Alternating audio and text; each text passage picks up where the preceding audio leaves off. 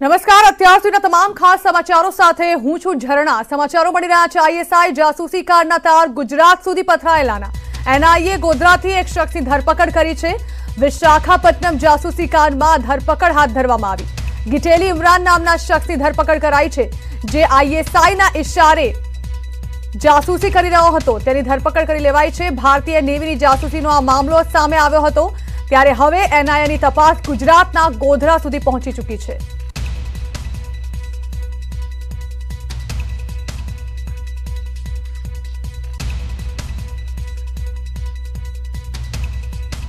तो एनआईएની તપાસ ગોધરા સુધી પહોંચી છે અને જાસૂસી કાંડમાં એક શખ્સની ગુજરાતના ગોધરાથી ધરપકડ કરવામાં આવી છે। એનઆઈએને આ અંગે બાતમી મળી હતી, ત્યારે હવે આ મામલો વધુ તૂલ પકડતો જઈ રહ્યો છે। આઈએસઆઈ જાસૂસી કાંડ મામલે હવે ગુજરાત સુધી આ તાર જોડાયેલા હોવાનું સામે આવી રહ્યું છે। અન્ય કેટલાય શખ્સો તેમાં સામેલ હોઈ શકે છે, ત્યારે હવે ગુજરાત કનેક્શન સામે આવતા વધુ ચોકસાઈથી તપાસ હાથ ધરવામાં આવી છે। શું અન્ય કેટલાય શખ્સો પણ ગુજરાત સાથે જોડાયેલા છે તે મામલે પણ તપાસ કરવામાં આવશે, પરંતુ હાલ તો આ શખ્સની ધરપકડ ખૂબ જ મહત્વપૂર્ણ માનવામાં આવી રહી છે। ગોધરાથી આ શખ્સની ધરપકડ કરવામાં આવી છે। ઇમરાન નામનો આ શખ્સ જે આઈએસઆઈ જાસૂસી કાંડમાં જોડાયેલો હતો, પુરાવાના આધારે તેની હાલ તો ધરપકડ કરી લેવામાં આવી છે।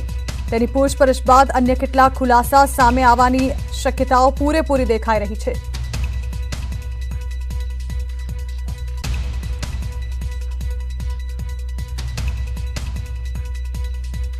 तो चीन पण गुजराती जासूसी करी रह्યું છે તેવા પણ સમાચારો ગઈકાલે વહેતા થયા હતા, જેમાં ગુજરાતના કેટલાક મેયરથી લઈને મુખ્યમંત્રી સુધીના નામ સામેલ હતા, જેની જાસૂસી કરવામાં આવી રહી છે। ત્યારે આ અંગે વધુ માહિતી આપવા અમારા સહયોગી જનક દવે અમારી સાથે જોડાઈ રહ્યા છે।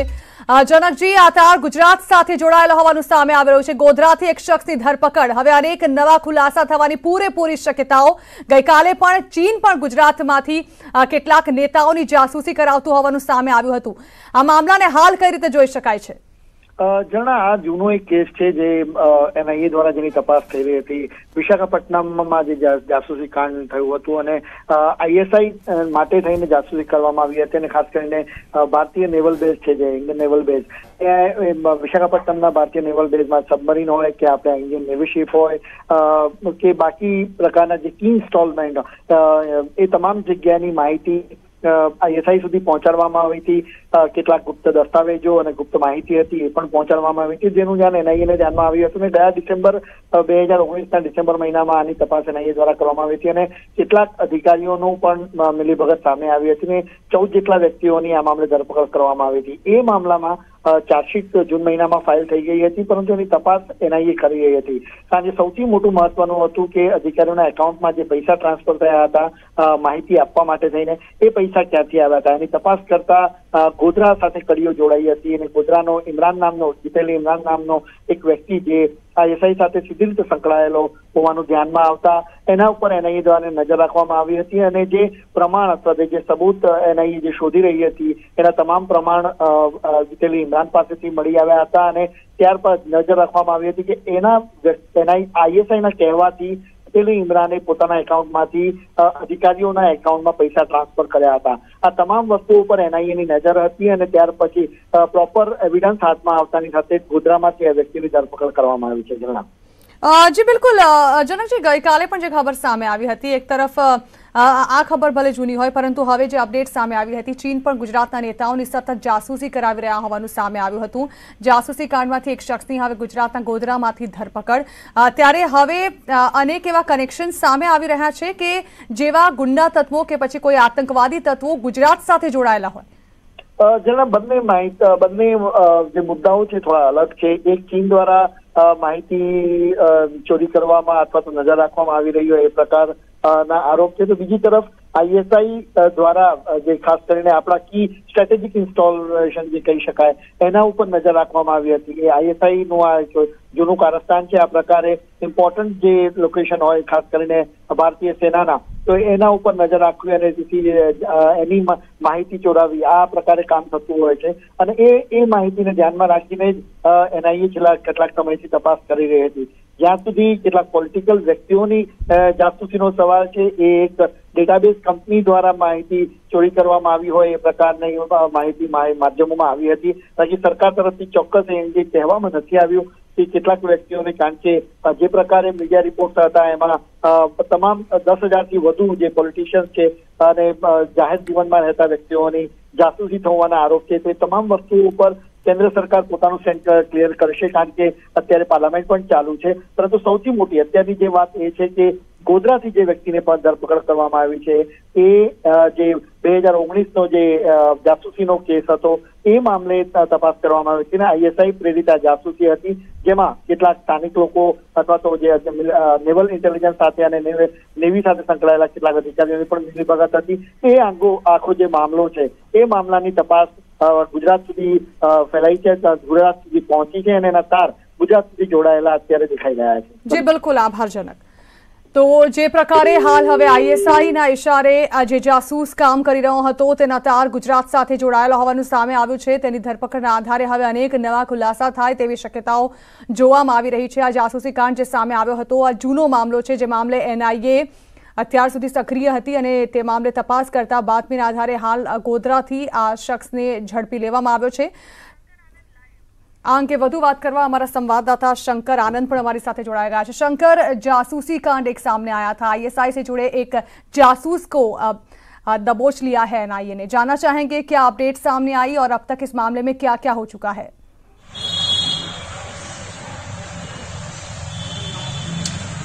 निश्चित तौर पर देखिए, केंद्रीय जांच एजेंसी ईडी की एक बड़ी कार्रवाई है और ईडी ने इस मामले में जिस तरह से केंद्रीय जांच एजेंसी NIA ने एक बड़ी कार्रवाई को अंजाम देते हुए एक ऐसे शख्स को गिरफ्तार किया है जो पाकिस्तानी खुफिया एजेंसी ISI के लिए काम कर रहा था. इस मामले में NIA ने मामला दर्ज किया था और इस मामले की तफ्तीश करने के बाद काफी दिनों से इस मामले की तफ्तीश चल रही थी और विशाखापट्टनम जासूसी कांड मामले में जिस तरह से इस मामले में जानकारी मिली कि वो एक आरोपी, महत्वपूर्ण जो आरोपी है वो गुजरात के गोधरा इलाके में छुपा हुआ है और उसके बाद उसे वहां से गिरफ्तार करने के बाद अब उस मामले में आगे की पूछताछ चल रही है कि आखिर किस तरह से वो पाकिस्तानी जासूसों के संपर्क में आया है. इस मामले में NIA के अधिकारियों को ये भी जानकारी मिली कि वो पिछले काफी समय से भारतीय नेवी और जो सबमरीन है, जो शिप है, उसकी महत्वपूर्ण जानकारी वो पाकिस्तानी एजेंटों को दे रहा था. इसके लिए वो लगातार वो सोशल मीडिया के माध्यम से और व्हाट्सएप कॉल के माध्यम से वो लगातार जानकारी साझा कर रहा था और इसी मामले पर जो अभी तक जानकारी उसने साझा किया, किस तरह की जानकारियों को साझा किया और कितने सबमरीन के बारे में जानकारी दिया, इन तमाम मामलों पर विस्तार से पूछताछ चल रही है. और एक तरह से कहा जा सकता है कि इस मामले में अभी तक कई आरोपियों की गिरफ्तारी हो चुकी है. यहां तक कि पिछले कुछ महीनों पहले ही जून 15 तारीख को NIA ने इस मामले की तफ्तीश करने के बाद एक आरोप पत्र दायर किया था जिसमें कि 14 आरोपियों के खिलाफ उस मामले में जिक्र किया गया, जिसमें बताया गया था कि उनको गिरफ्तार करने के बाद किस तरह की महत्वपूर्ण जानकारी मिली और उसी के आधार पर एक इस आरोपी की गिरफ्तारी हुई है. जिलेटी इमरान की अगर बात करें तो इमरान के बारे में इस जानकारी मिली है कि पिछले काफी समय से यह पाकिस्तानी खुफिया एजेंसी ISI और उसके एजेंटों के साथ में संपर्क जुड़ा हुआ था. और जिस तरह से व्हाट्सएप कॉल की अगर बात करें, व्हाट्सएप कॉल के साथ साथ कई और दूसरे जो एप्लीकेशंस है उसका ये प्रयोग करता था और भारतीय जो सेना है और भारतीय नेवी है, नेवी से जुड़े हुए जो उसके सबमरीन और उसके शिप की जानकारी देता था. यानी कि पाकिस्तानी खुफिया एजेंट ये जानना चाहते थे कि कितने सबमरीन समुद्री इलाके में है, खास तौर पर जो हैदराबाद इलाका, जो इस हैदराबाद और इसके विशाखापट्टनम पोर्ट पे उसकी तैनाती है और कितने शिप आते हैं और किस तरह के वहां पर नेवी का मूवमेंट होता है और कितने सबमरीन को वहां पे लगाया गया. तो ये सब काफी महत्वपूर्ण जानकारी होती है, देश की रक्षा से जुड़ा हुआ मसला होता है और इस रक्षा की प्रणाली को से संबंधित जो महत्वपूर्ण जानकारी होती है उसको लीक करने का आरोप जिलेटी इमरान पे लगा है. एक तरह से कहा जा सकता है कि NIA के अधिकारी जिस तरह से इस मामले में तफ्तीश कर रहे हैं, आने वाले वक्त में कई और भी आरोपियों की गिरफ्तारी इस मामले में संभव है. और जिस तरह से गुजरात के गोधरा इलाके से गिरफ्तारी हुई है, इस मामले में उस आरोपी को भी गिरफ्तार किया जा सकता है जो वहां पर इसको शह दे रहा था, इसको मदद कर रहा था और इसके साथ ही जो इस मामले में इसके संपर्क में जुड़ा हुआ था. तो इसके साथ में जुड़े हुए तमाम कनेक्शन को खंगालने में एनआईए की टीम जुटी हुई है और जल्द ही इस मामले में कुछ और आरोपियों की गिरफ्तारी भी संभव है। एक तरह से कहा जा सकता है कि अब तक वो कितने जानकारियों को पाकिस्तानी खुफिया एजेंट के साथ साझा किया और किस तरह से पाकिस्तानी चाहेंगे आप हमसे जुड़े रहें। हमारे साथ और भी एक मेहमान जुड़ चुके हैं, मनन भट्ट हमारी સાથે સુરક્ષા નિષ્ણાંત એમની સાથે વાત કરીશું। મનનજી, આ મામલો જે છે ખૂબ જ મહત્વપૂર્ણ અને ગંભીર પણ ગણવામાં આવી રહ્યો હતો, કારણ કે જ્યારે એનઆઈએ દ્વારા આ તપાસ સોંપવામાં આવી અને જો કે આ આખા મામલાનો મુખ્ય જે આરોપી હતો, પ્રમુખ આરોપી, તેને તો ઝડપી લેવામાં આવ્યો છે, પરંતુ હવે તેના તાર ગુજરાત સાથે જોડાયેલા હોવાનું પણ આજની ઘટના પરથી સામે આવી રહ્યું છે। પાકિસ્તાનની જે આ નાપાક હરકતમાંની એક હરકત કે જે ભારત પાસે કેટલી સબમરીન છે તેની ડિટેલ્સ કઢાવવા માટે તેણે જે કાવતરું રચ્યું હતું તે ષડયંત્રનો પર્દાફાશ થયો।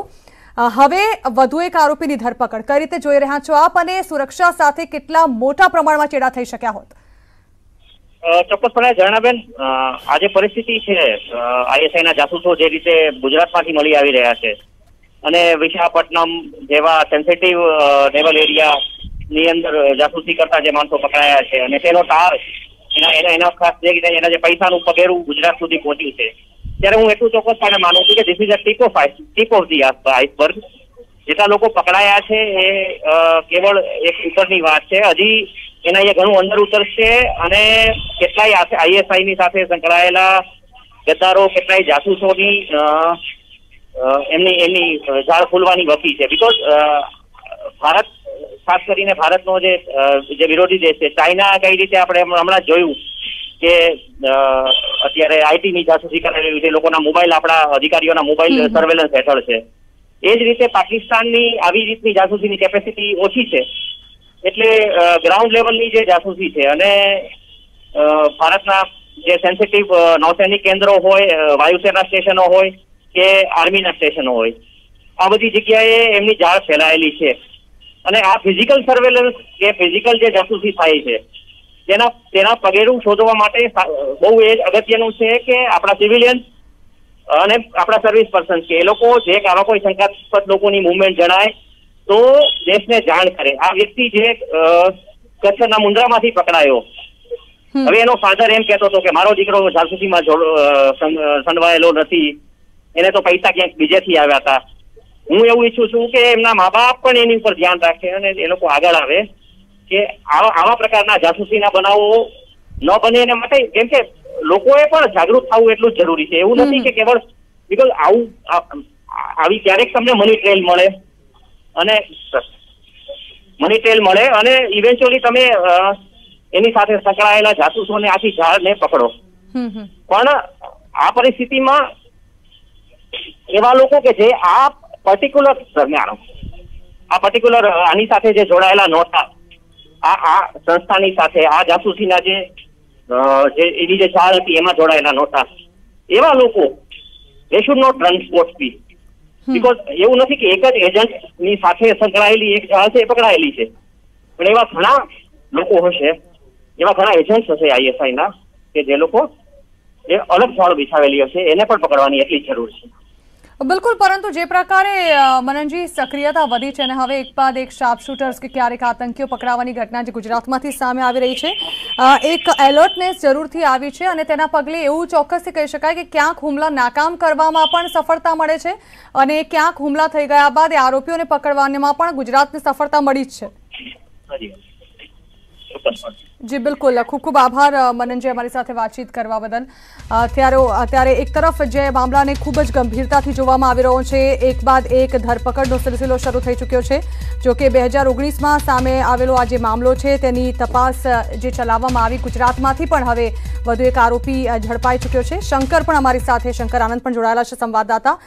शंकर, इसके पहले प्रमुख साजिशकर्ता मोहम्मद हारून हाजी अब्दुल रहमान लकड़ावाला, उसको गिरफ्तार किया गया था। उसके बाद ये और एक गिरफ्तारी जो गुजरात से जुड़ी हुई है, जानना चाहेंगे ये शुरू कहां से हुआ था और कैसे सबसे पहली गिरफ्तारी को अंजाम दिया गया और उसके बाद लगातार से एनआईए इस तपास से जुड़ी हुई है?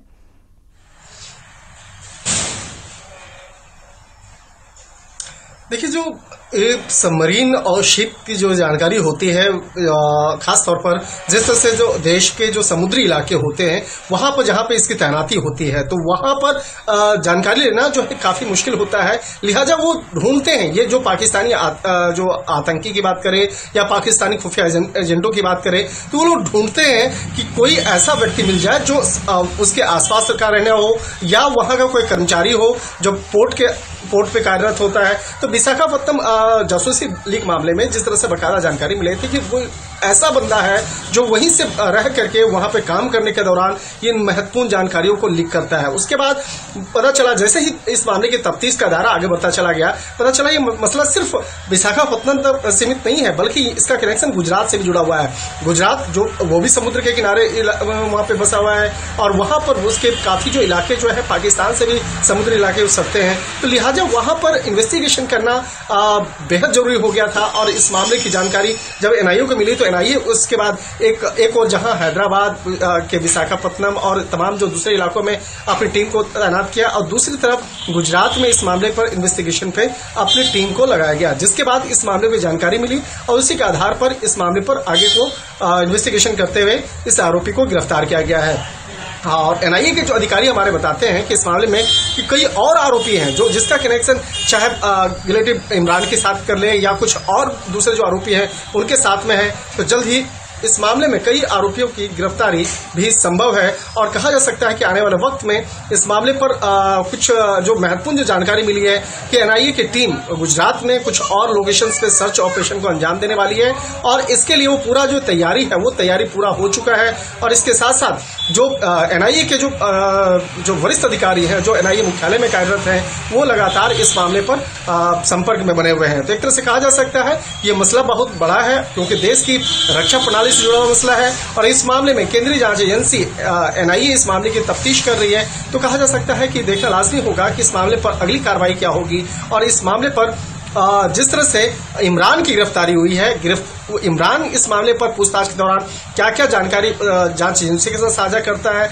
कि किस तरह की उसकी जानकारी मिल रही थी, किस तरह से इस मामले पर उसके जो कनेक्शन जो है वो जुड़े हुए थे। तो एक तरह से कहा जा सकता है कि इस मामले में देर शाम तक एनआईए औपचारिक तौर पर कुछ और महत्वपूर्ण जानकारियां हम लोगों के साथ साझा कर सकते हैं। बिल्कुल शंकर, अब तक कितनी गिरफ्तारी हो चुकी है इस मामले को लेकर?